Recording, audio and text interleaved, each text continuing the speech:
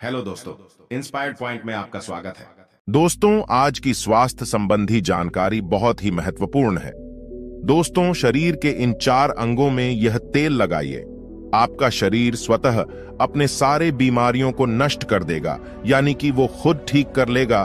तो वो 4 अंग कौन कौन से हैं और हमें कौन से तेल लगाने हैं, आज हम इसी विषय में चर्चा करने वाले हैं। इसलिए दोस्तों, वीडियो पूरा देखिएगा और इससे पहले आप वीडियो में खो जाए। हमें सपोर्ट करने के लिए वीडियो को लाइक और चैनल को सब्सक्राइब जरूर कर लें।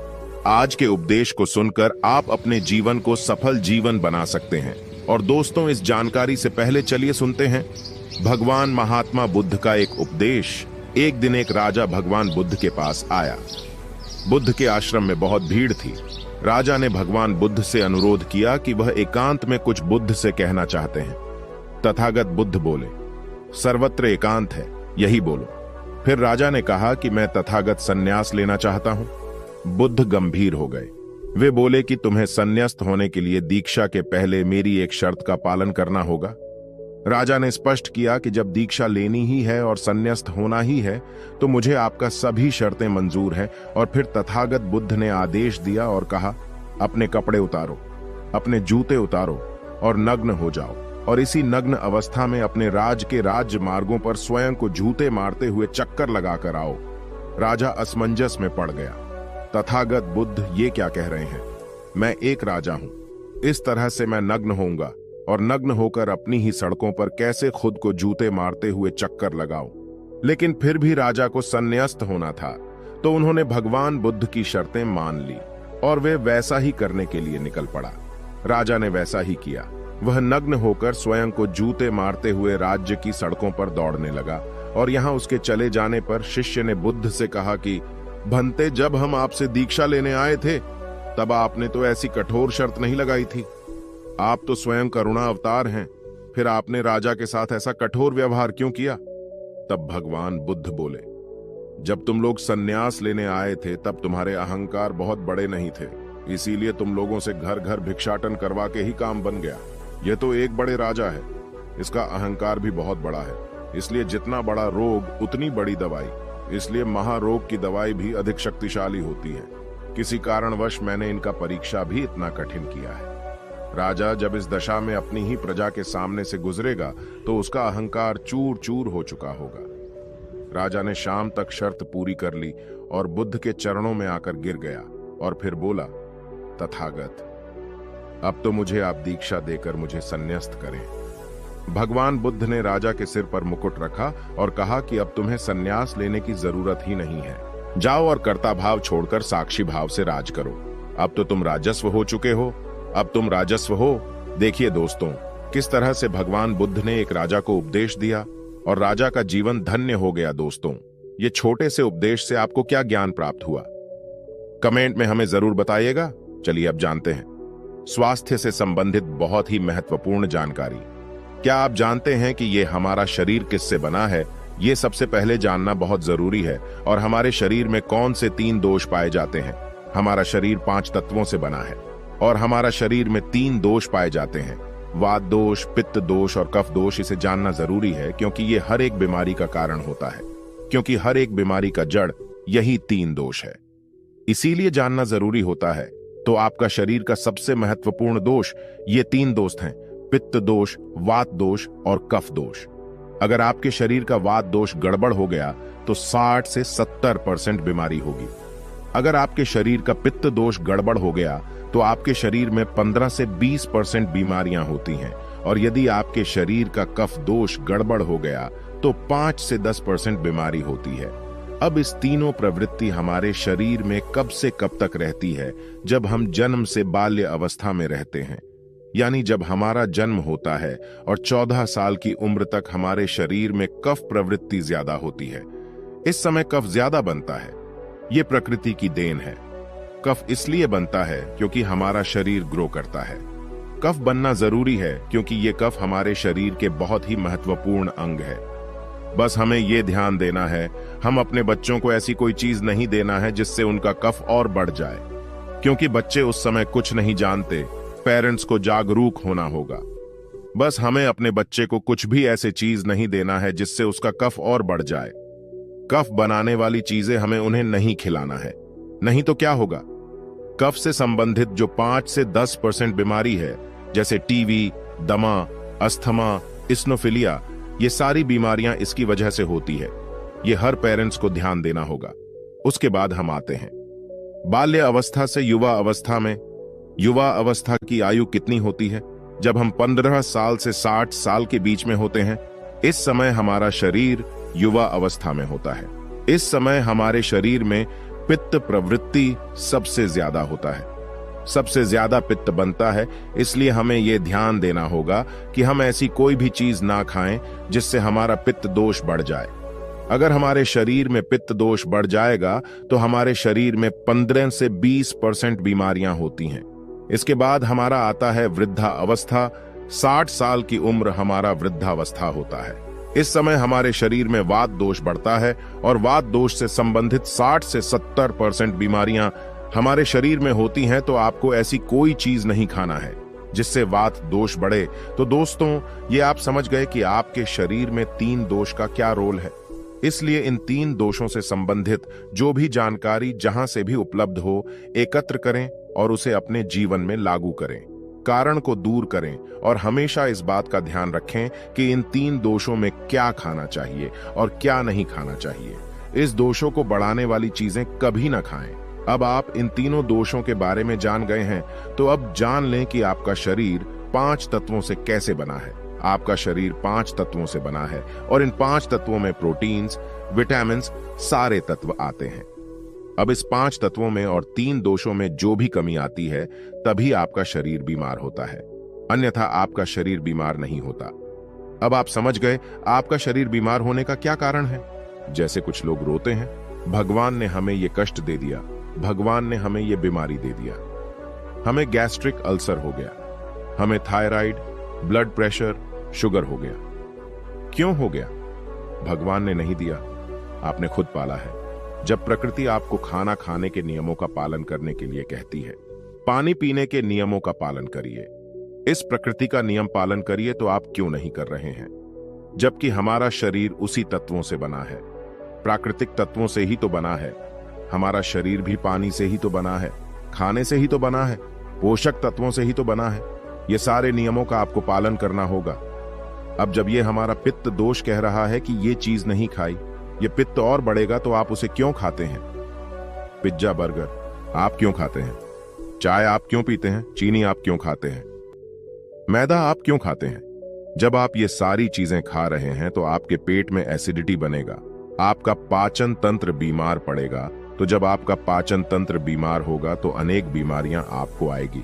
ये तो आप खुद कर रहे हो ना, ब्रह्मांड नहीं दे रहा है, भगवान नहीं कर रहा है, हम आप इसे खुद जाने अनजाने में कर रहे हैं।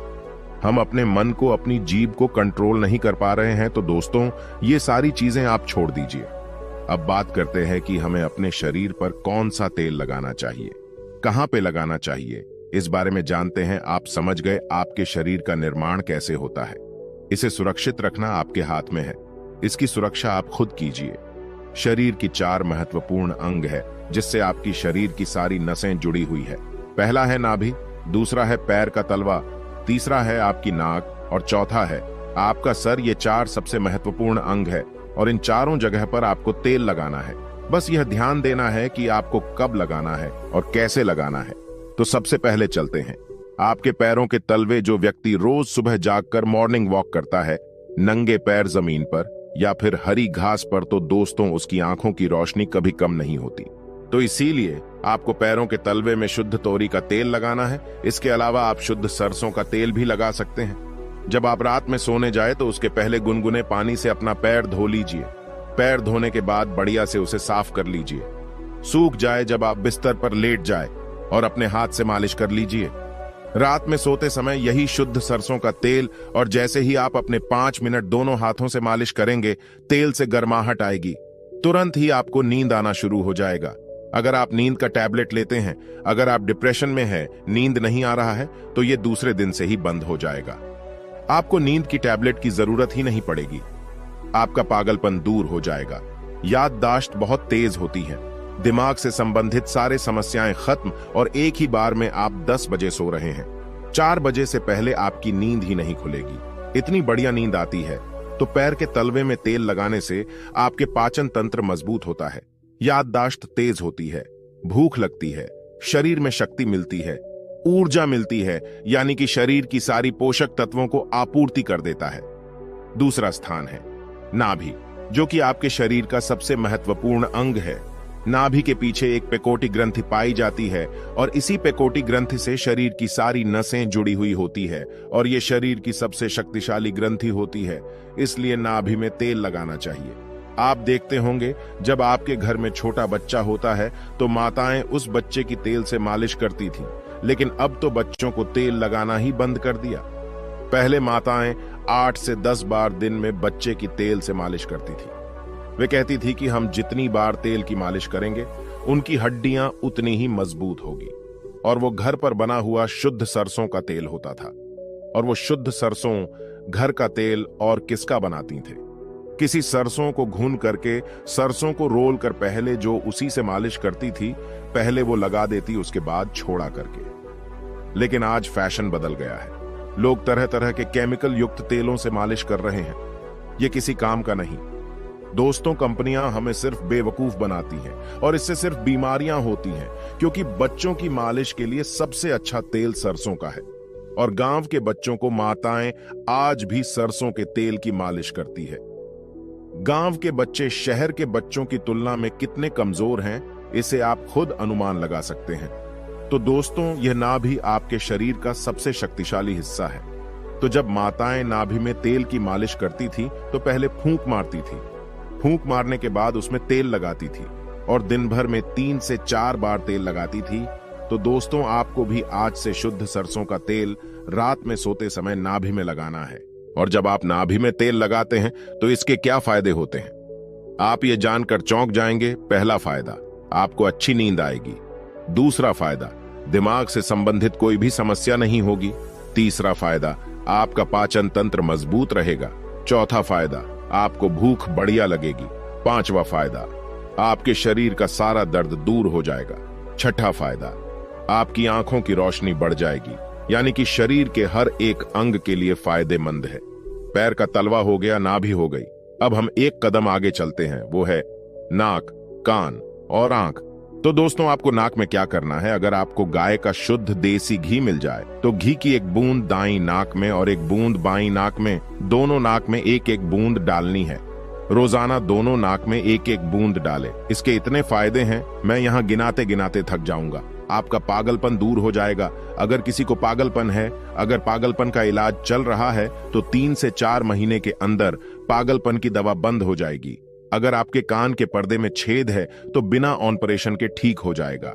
आपको नींद की समस्या है, नींद की समस्या दूर हो जाएगी। आपकी याददाश्त कमजोर है, याददाश्त आपकी तेज हो जाएगी।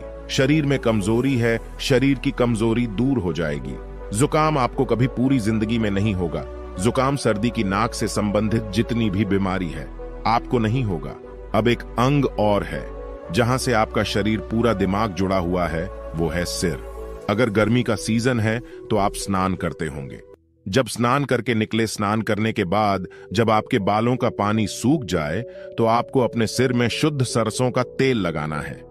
जैसे ही आप अपने सिर में सरसों का तेल लगाकर सिर की मालिश करेंगे तो आपको 10 मिनट बाद नींद आना शुरू हो जाएगा। सिर में सोते समय तेल लगाने से कई सारे फायदे हैं, जैसे आपका जो बाल पक रहा होगा वो भी रुक जाएगा। आपको नींद बढ़िया आएगी, दिमाग की याददाश्त पावरफुल होगी, शरीर की शक्ति बढ़ेगी, शरीर की कमजोरी दूर हो जाएगी। यानी कि शरीर की सारी शक्तियां आपको मिलेंगी सिर में तेल लगाने से। तो दोस्तों, आप शुद्ध सरसों तेल को अपने शरीर के इन 4 अंगों पर लगाएं और देसी घी को अपने नाक में डालिए। ये प्रक्रिया आप अपना लीजिए, आपका शरीर स्वस्थ और तंदुरुस्त हो जाएगा। जैसे हमने कहा कि ये हमारा शरीर है, हमारा शरीर हमारे ऊपर डिपेंड है। हम इसे किस तरह से रखते हैं? मान लीजिए एक कपड़ा है, आप उसे कितनी सेफ्टी से रखते हैं। खासतौर पर सफेद कपड़ा हो गया, आप उसे पहनते हैं, पहन के बाहर जाते हैं तो आप उसे बहुत बचा बचा कर रखते हैं कि कहीं गंदे स्थान पर टच ना हो जाए। सफेद कपड़ा है, इसमें दाग लग जाएगा। कितना बचा बचा के चलते हैं और फिर आते ही खूंटी में निकालकर आराम से टांग देते हैं, जिससे उसमें दाग नहीं लगता है। और फिर अगले दिन पहनते हैं और उसको ध्यान से प्रेस आयरन वगैरह करते हैं। तो दोस्तों, ठीक उसी प्रकार इस शरीर की देखभाल आप खुद कीजिए।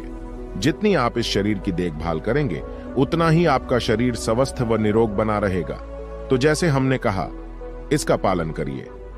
आप प्रकृति के नियम का पालन करिए। तो दोस्तों, आज से अभी से आप इन 4 जगहों पर तेल लगाना शुरू कर दीजिए। तो दोस्तों, उम्मीद करता हूं आपको इस कहानी से बहुत कुछ सीखने को मिला होगा। यह कहानी आपको कैसी लगी, हमें कमेंट बॉक्स में कमेंट करके जरूर बताएं और इस वीडियो को लाइक भी जरूर करें और साथ ही इस वीडियो को अपने दोस्तों के साथ जरूर शेयर करें ताकि उन्हें भी इस कहानी से कुछ सीखने को मिल सके। ऐसी ही प्रेरणादायक और बुद्धा स्टोरी सुनने के लिए हमारे चैनल बुद्धा वाइज वर्ड को सब्सक्राइब करके बेल आइकन को जरूर दबा दें ताकि आने वाली अगली वीडियो की नोटिफिकेशन आपको मिल सके। इस वीडियो में बस इतना ही। मिलते हैं अगली वीडियो में। जब तक अपना ख्याल रखिएगा। धन्यवाद।